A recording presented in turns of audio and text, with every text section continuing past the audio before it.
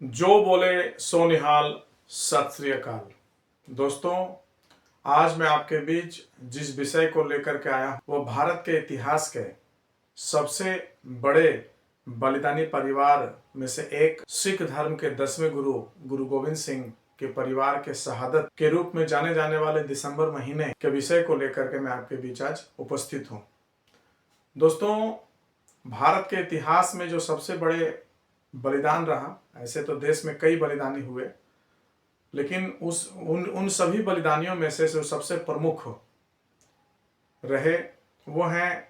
गुरु गोविंद सिंह के शहजादों की कुर्बानी। जिस तरह से मुगल शासन काल में मुगलों के द्वारा आक्रमण किए जाने के बाद 1704 ईस्वी के 22 दिसंबर का वो महीना, जब गुरु गोविंद सिंह के बड़े बड़े शहजादे अजीत सिंह और जुझार सिंह, जो कि सरहिंद की लड़ाई में शहीद हुए, ये बयां करता है कि किस प्रकार से ये वाकया हुआ। ये वाकया जो है 1699 में जब खालसा पंथ की स्थापना हुई उसके बाद आरंभ होता है, और 1704 ईस्वी में गुरु गोविंद सिंह के किले पे हमला किया जाता है, और तत्कालीन समय में उनके सभी सहयोगियों के राय मशवरा के साथ वो वहाँ से निकल जाते हैं अपने किले से। और किले से निकलने के बाद वो नदी पार करते समय अपने परिवार से बिछड़ जाते हैं।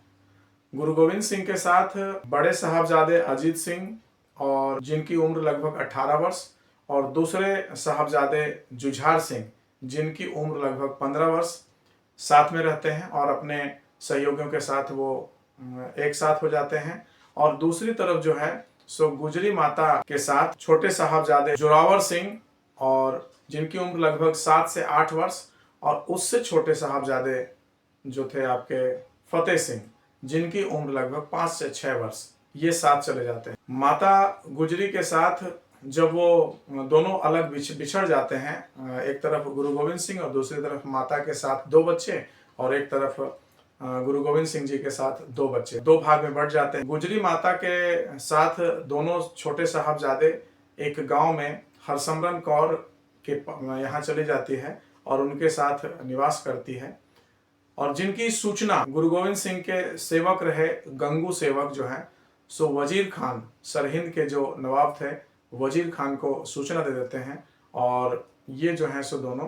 अरेस्ट हो जाते हैं, कैद कर लिए जाते हैं, माता गुजरी और आपके छोटे साहबजादे जोरावर सिंह और फतेह सिंह। और दूसरी तरफ जो गुरु गोविंद सिंह के साथ बड़े साहबजादे अजीत सिंह और जुझार सिंह रहते हैं, तो एक युद्ध जो है जिसको चमकौर का युद्ध कहा जाता है, चमकौर में एक युद्ध होता है, और उस युद्ध में लगातार जो है सो सिख के सभी जो सैनिक थे और सभी सहयोगी थे वो लगातार शहीद हो रहे होते हैं। और इस बीच जो 18 वर्ष के अजीत सिंह थे वो गुरु गोविंद सिंह जी से आज्ञा लेकर के युद्ध में जाने की बात करते हैं, और वो गुरु गोविंद सिंह भी उनको युद्ध में भेजते हैं, और वहाँ पे वो लड़ते हुए, मतलब कि बहुत भयानक लड़ाई में हुई, जिसमें बहुत अच्छी लड़ाई लड़ने के बाद वो शहीद होते हैं। और दूसरी बार फिर जो है सो जुझार सिंह, जो जिनकी उम्र लगभग 15 वर्ष था, वो भी अपने गुरु गोविंद सिंह जी से आज्ञा लेकर के वो भी युद्ध में जाते हैं, और वो भी लड़ते हुए शहीद होते हैं। और दूसरी तरफ देखा जाए तो इस लड़ाई में जो है सो दोनों शहीद होते हैं, और काफ़ी हद तक उस लड़ाई का डटकर मुकाबला करते हैं। और गुरु गोविंद सिंह के अंततः वो भी जाना चाहते हैं इस लड़ाई में, लेकिन उनके जो सहयोगी थे वो आदेश नहीं देते हैं उनको जाने के लिए, और कहीं ना कहीं उनको बाध्य करते हैं कि आप इस लड़ाई से हटिए। और वहाँ से गुरु गोविंद सिंह जी हट जाते हैं, लेकिन उनके बड़े दोनों साहबजादे शहीद हो जाते हैं इस लड़ाई में। और दूसरी तरफ माता गुजरी के साथ जो छोटे साहबजादे जोरावर सिंह और फतेह सिंह होते हैं, तो इस बीच जो गुरु गोविंद सिंह जी के एक सेवक गंगू सेवक थे, वो सरहिंद के नवाब वजीर खान को सूचना दे देते हैं इनके बारे में, और इस प्रकार से ये कैद हो जाते हैं माता के साथ दोनों साहबजादे। अब कैद होने के बाद जो है उनके ऊपर अत्याचार किया जाता है, और कई तरह का लाभ और डर दिखा करके उनसे जो है सो सिख धर्म को छोड़ करके इस्लाम धर्म को कबूल करने के लिए कहा जाता है, जिसे वो छोटे बच्चे, आप सोच सकते हैं कि जिनकी उम्र 5 से 8 वर्ष के बीच में हो, वो जो है सो इसमें विरोध करते हैं और एक ही नारा, जो बोले सो निहाल सत श्री अकाल का नारा दे करके वो विरोध करते हैं। और अंततः जो है सो फिर से उन्हें एक बार वजीर खान प्रयास करते हैं कि एक दिन का मौका देते हैं, कि आपको एक दिन का मौका दिया जाता है, अगर आप इस्लाम धर्म को कबूल करते हैं तो आपकी जान बख्श दी जाएगी। इस प्रकार का वाकया होता है। और इधर जो है सो दूसरा दिन फिर होता है, फिर उनकी माता जो है सो उनको सजा करके संवार करके उनको भेजती है और वहाँ पे उपस्थित होते हैं। और वहाँ से फिर वजीर खान का आदेश आता है कि आप जो है सो कबूल कर लें इस्लाम धर्म, नहीं तो आपको जो है सो मृत्यु को प्राप्त करना होगा। और वो छोटे बच्चे जो उस समय जो है सो वो प्रभावित रहते हैं अपने पिता, उन्होंने उनका साफ कहना रहता है कि एक ईश्वर और दूसरा मेरे पिता, इनके अलावा मैं किसी के आदेश को नहीं मानता हूँ। और वो अंततः सिख धर्म पे निछावर हो जाते हैं। और वो अत्याचारी वजीर खान जो है सो उन छोटे बच्चों को इस प्रकार से मृत्यु देते हैं कि जिंदा चुनवा देते हैं उनको। और मतलब कि आप समझ सकते हैं कि 5 से 8 वर्ष का बच्चा जो है वो भी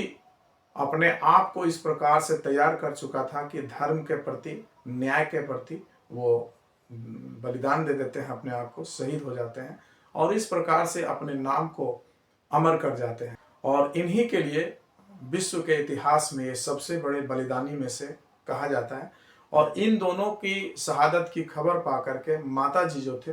वो भी सुनती हैं और ध्यान हो करके ईश्वर को ध्यान करते हुए अपने जीवन को त्याग देते हैं, ये घटना। और दूसरी तरफ जो जिसके यहाँ रही थी माता और छोटे साहबजादे जोरावर सिंह और फतेह सिंह, जिनके यहाँ रहे थे हरसिमरत कौर के यहाँ, वो जब उन्हें पता चलता है कि 22 तारीख को बड़े साहबजादे जो थे आपके अजीत सिंह और जुझार सिंह शहीद हो जाते हैं, तो गुपचुप तरीके से वो प्रयास करती है उनके दाह संस्कार में, जिनमें वो पकड़ी जाती है, वो भी उनको भी जिंदा जला दिया जाता है। और इस प्रकार से एक बहुत ही बलिदान की कहानी इस दिसंबर महीने में, जो कि 1704 और 5 के आसपास में घटित हुआ है, जिसकी बात को मैं लेकर के आया। और इसी बलिदान को बल मिला है पिछले वर्ष 2023 के जनवरी में, जब 10वें गुरु गोविंद सिंह जी का प्रकाश पर्व के रूप में मनाया गया। उस समय घोषणा किया गया था मोदी जी, देश के प्रधानमंत्री के द्वारा, कि वीर बाल दिवस के रूप में 26 दिसंबर को मनाया जाएगा। और वही 26 दिसंबर, जिस 26 दिसंबर को छोटे साहबजादे जोरावर सिंह और फतेह सिंह को जिंदा चुनवा गया था, एक वीर बाल दिवस के रूप में मनाया जाता है। तो ये एक छोटा सा संक्षेप दिसंबर महीने की कहानी मैं आपके बीच लेकर के आया, प्रेरणादायी कहानी, साहसी कहानी, जिसे जानकर अपने बच्चों को बता करके उनके अंदर साहस और ऊर्जा भरने का काम किया जा सकता है। तो मैं उन सभी शहीदों को जो धर्म और न्याय के लिए अपने आप को शहादत दिए हैं, बलिदान दिए हैं, उन सभी को नमन करते हुए आज का ये कार्यक्रम यहीं पे रोकता हूँ।